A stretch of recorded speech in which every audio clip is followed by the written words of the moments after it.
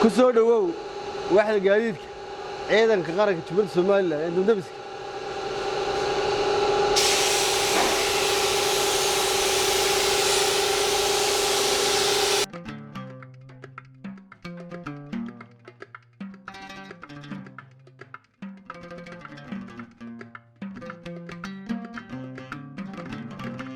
hawsha gaadiidka oo dhan ayay u xisaantahay hadduu gabiil joogo hadduu booroma joogo hadduu burco joogo dhammaan gaadiidka oo dhan annaga ka shaqaysana meel kalena lama tagno waxa weeye hoosada ayaa laga shaqeeyaa ciidanka dambas qaranka dhexdiisa laga shaqeeyaa meel kalena looma diro meesha aanu ka shaqaynaa waa ciidanka dambas qaranka qaybta gaadiidka waxaan u shaqaynaa maalinle ama 24 saacadood gaadiidka wax soo noqda hadday makiinada tahay hadday barigiisa tahay haddii hawlgal oo ay baxaanba mar kastaba waxaan sheegan guud ka qaadnaa gaadiidka ciidanka qaranka dambas waxa kale oo anigoon hadalka badinayn waxaan kaloo aan sheegayaa inaan gaadiidkayga meel kale iyo geerish kale aanan goyn aanu ka maaranay haddii aanu nahay ciidanka dambas qaranka taas oo uu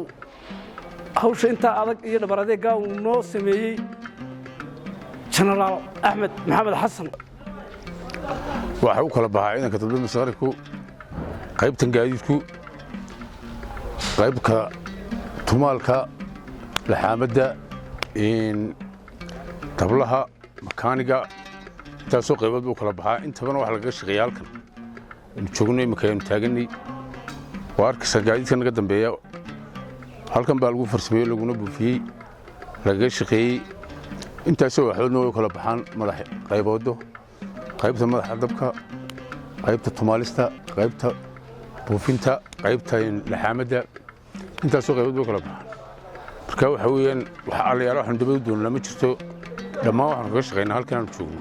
gaadiidka sidoo leeyahay waxaan naga dhiman kaliya qaybta toornada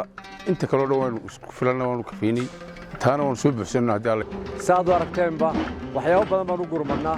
ha noqoto gargaar bilaadmi ha noqoto gargaar baabuur ha noqoto maxaa dad aan ka soo saarno meelaha qaarkood saad u aragteen maanta waxaan joognaa hoostadii baabuurta lagu sameeyay lagu dayactiriyay marka departmentkaygu 8 department buu qaybsamaa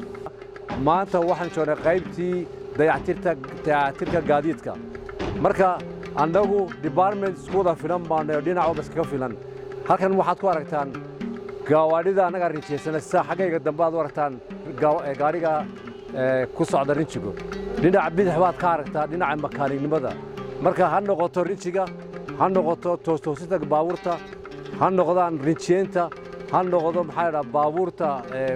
farsamadeeda ama ciladahooda oo dhan makaanigmadii leedhkii wax walba ha noqdo annagaa samaysannaa ha noqdo gobol ama ha noqdo maxaa la caasimadda Hargeysa marka halkan xagga dambe waxaad ku aragtaan hoostadii baabuurta oo gelayeen 8 hoostaan leenahay 2 hoostooyinkii baabuurta laga shaqeynayay 6na baabuurta noo galaa baabuurta ugu farabatay xataa xagga dambe aan rabnay inaan hoostooyin ka sameeyno marka waxaan maanta rabay inaan idiin sheego in wax walba oo farsamo ha noqoto leyd ha noqoto makaanimo ha noqoto baabuurta toosin ha noqoto rinjiyeen saad imka xaggayga dambe ku aragtaan waxaa samaysta maxaa la ciidanka dambdamiska raggan shaqeynaya ma rag dibadda ka keenay waa inamadii aan ku qaadanay dabdaminta